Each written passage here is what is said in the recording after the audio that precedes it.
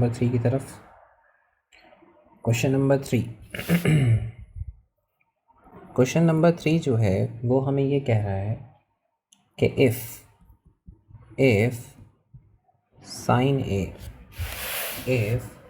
Sign A equal to 3/4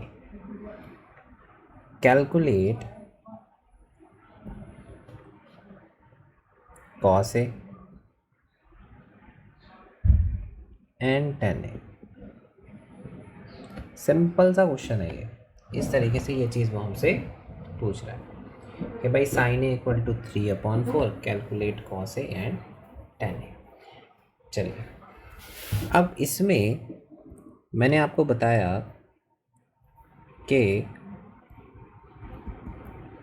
यहाँ पर जब भी साइन ए cos A और tan A की बात आए, आपको सिर्फ एक ही राइट एंगल ट्राइंगल बनाना है। जो राइट एंगल ट्राइंगल आपका है उसी से ही आपको काम लेकर चलना है। तो मैं सबसे पहले तो ये राइट एंगल ट्राइंगल को क्या करता हूँ, ड्रॉ कर देता हूँ। ठीक है, अब इसका एक तरीके से ये राइट एंगल ट्राइंगल है और यहाँ पर cos A tan A दे रखा है।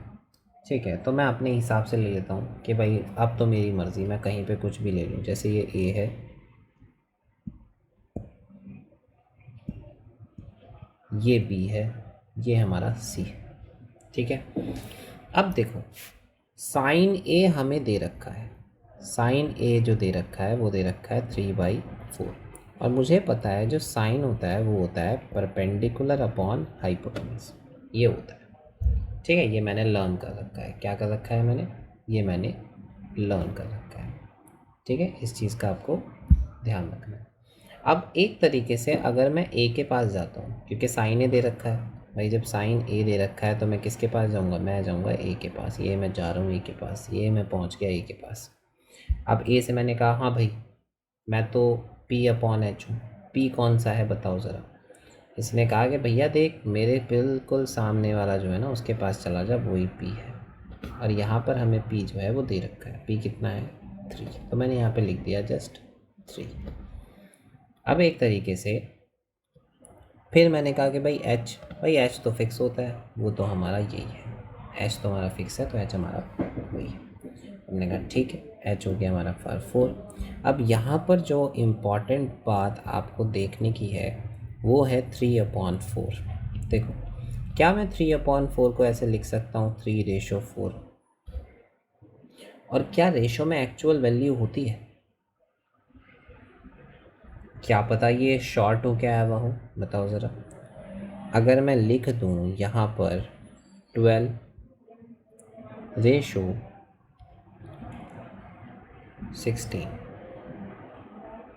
तो क्या मैं इसे ऐसे कह सकता हूँ कि ये 4×3 = 12, 4×4 = 16 आ गया 3/4।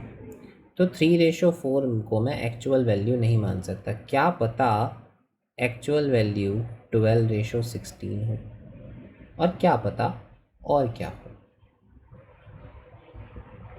ठीक है, हमें नहीं पता।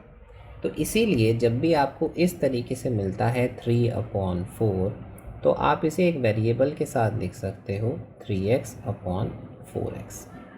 यानी कि ये x कुछ भी हो सकता है, लेकिन दोनों पर ये डिपेंड करेगा और वैल्यूज़ एक दूसरे के अकॉर्डिंग है। तो यानी कि एक होगा 3x और एक हो जाएगा हमारे पास 4x।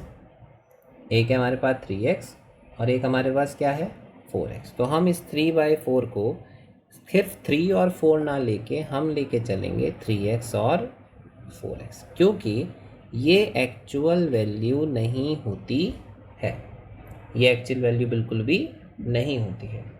इसीलिए मैं इसको 3x और 4x के अकॉर्डिंग लेके चलूँगा, मैं इसे 3/4 के अकॉर्डिंग नहीं लेके चलूँगा। समझ में आया, ध्यान रहेगा आपको। तो मैं इसे 3x और 4x लूँगा। चलिए, तो अब ट्राइंगल ड्रॉ करते हैं हम एक तरीके से। ये तो भैया हमारे पास 3x है, ये रे 3x, ये भैया हमारे पास 4x है।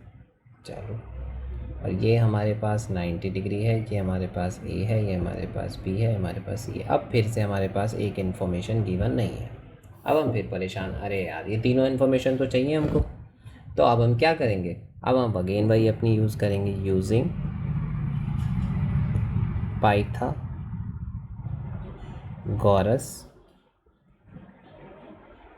थ्योरम, जो कहती है h का स्क्वायर इक्वल टू p का स्क्वायर और इक्वल टू प्लस 20 का स्क्वायर। अब h की जगह पर यहाँ पे कौन रखे हुए हैं, यहाँ पे रखे हुए हैं 4x, तो मैं लिख दूँगा 4x का स्क्वायर।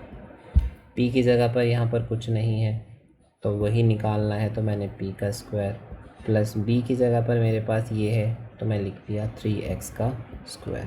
अब 4 का स्क्वायर हो गया 16 और x का स्क्वायर भी हो गया x स्क्वायर, ये p स्क्वायर, ये 3 का स्क्वायर 9 और x का स्क्वायर x स्क्वायर। क्लियर है। अब क्या मैं इसे फिर से वैसे ही पलट के लिख सकता हूँ ऐसे, p square plus 9x square equal to 16x square. इसको मैंने लेफ़्ट साइड लिख दिया, इसको मैंने राइट साइड लिख दिया। ये भैया इधर से लेफ़्ट साइड आ गए, ये भैया इधर से राइट साइड आ गए, कोई फ़र्क नहीं पड़ता। अब ये 9x स्क्वायर इधर प्लस में है, उधर जाके किस में हो जाएगा, उधर जाके हो जाएगा माइनस में। p square equal to 16x square minus 9x square. ठीक है।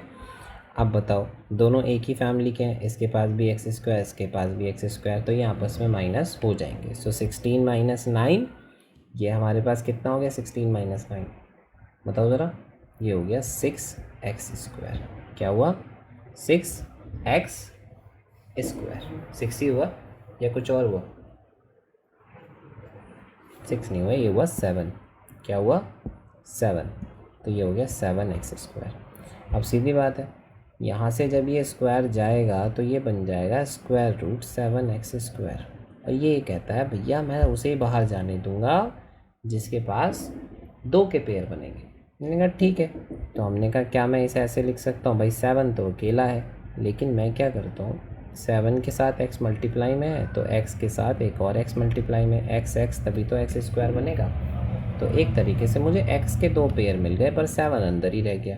तो मैंने कहा ठीक है, x स्क्वायर रूट 7 मेरे पास p आ गया, x स्क्वायर रूट 7। क्लियर है, ध्यान रहेगा आपको, कोई दिक्कत? ठीक है। अब क्या होता है, मेरे पास इसकी वैल्यू आ गई x स्क्वायर रूट 7। ठीक है। अब मुझे क्या करना है, मुझे जो वैल्यू निकालनी है वो वैल्यू निकालनी है किसकी, मुझे निकालनी है cos a और tan a। तो मैंने कहा चलो भाई cos a और tan a निकालते हैं। हमारे पास ये बना हुआ है, हमने लिख दिया cos a। अब cos होता क्या है, cos होता है हमारे पास बेस अपॉन हाइपोटेनस। अब हमने कहा बेस क्या है भैया, सबसे पहले तो बताओ जाना किसके पास है, समझे, जाना किसके पास है। तो हमने कहा भाई ए के पास जाना है, तो मैंने कहा ज़रा इधर बनाओ यार ढंग से, हमें कुछ दिखना चाहिए, कुछ एकदम फील आना चाहिए, तभी तो मज़ा आएगा। हमने कहा ये लो जी ए, ये रहा बी जी, ये रहा सी जी, ये रहा 3x, ये है हमारे पास x रूट 7 और ये है हमारे पास 4x। तो हमें से पूछा गया था a, तो हमने कहा चलो ए के पास चलते हैं। ए के पास जा रहे हैं और पहुंच गए। ए ने कहा भैया देखो मेरे बिल्कुल सामने वाला जो होता है ना वो तो परपेंडिकुलर होता है। हमने कहा परपेंडिकुलर से लेना नहीं है, बेस बताओ, हाइपोटेनस फिक्स है तो बेस हमारा ये हो गया। तो हमने लिख दिया x under root 7 divided by hypotenuse fix है 4x। अब ये x ऊपर ये x नीचे, ये x से x कट हो गया, तो मेरे पास जो वैल्यू आई वो वैल्यू आई अंडर रूट 7 अपॉन 4। तो यही मेरे पास एक तरीके से क्या हो गया, यही मेरे पास हो गया cos a। तो cos a की वैल्यू मेरे पास आई अंडर रूट 7 अपॉन 4। समझ में आया? अब इसी तरीके से मुझे किसकी वैल्यू निकालनी है, मुझे वैल्यू निकालनी है हमारी tan a की। तो मैंने कहा चलो tan a की वैल्यू निकालते हैं। तो हम आ गए tan a के पास, tan a। अब tan a निकालने से पहले मुझे a के पास जाना है। अब मैं यहाँ पर एक ट्राइंगल ड्रॉ कर देता हूँ। तो चलो ये मेरे पास ट्राइंगल आ गया दोबारा से, a b और c। अब अगेन ये है हमारे पास 3x, ये है हमारे पास x√7 और ये है हमारे पास 4x। अब 10 क्या होता है? 10 होता है p/b। चलो, अब 10 हो गया p/b। अब मुझे जाना किसके पास है? मुझे जाना है a के पास, 10a। तो मैं चला गया a के पास कि चलो भाई a के पास चलता है। a कहता है मेरे से बिल्कुल सामने वाला परपेंडिकुलर है। तो हमने कहा ठीक है, सामने वाला परपेंडिकुलर है तो ये हमारे पास 3x है। और बेस जो है भाई ये तो हाइपोटेनस है, तो बेस हमारे पास यही होगा। ये आ गया x√7। अब फिर से x से x कट गया तो मेरे पास वैल्यू आ गई 3/√7। क्या आ गई? 3/√7। इसको थोड़ा सही से लिख देता हूँ। मेरे पास जो वैल्यू आ गई है वो आ गई है एक तरीके से 3/√7। ठीक है। अरे दिख नहीं रहा है, इधर प्रॉब्लम कर रहा है, इधर ही लिख देते हैं इसको। ये आ गया 3/√7। ये मेरे पास वैल्यू आ गई और यही मेरा आंसर है। तो मेरे पास कॉस ए आया एक तरीके से √7/4, और इसी तरीके से मेरे पास 10 आ जाता है 10a 3/√7। ये मेरे पास क्या हो गया? ये मेरे पास फाइनली 10a आ गया इधर। ये वाली चीज़ मैंने इधर लिख दी। ठीक है, समझ आया आपको? इस तरीके से आपको अप्रोच करना है और इस तरीके से आपको क्वेश्चन को सॉल्व करना है। चलिए अब चलते हैं हमारे नेक्स्ट क्वेश्चन की तरफ।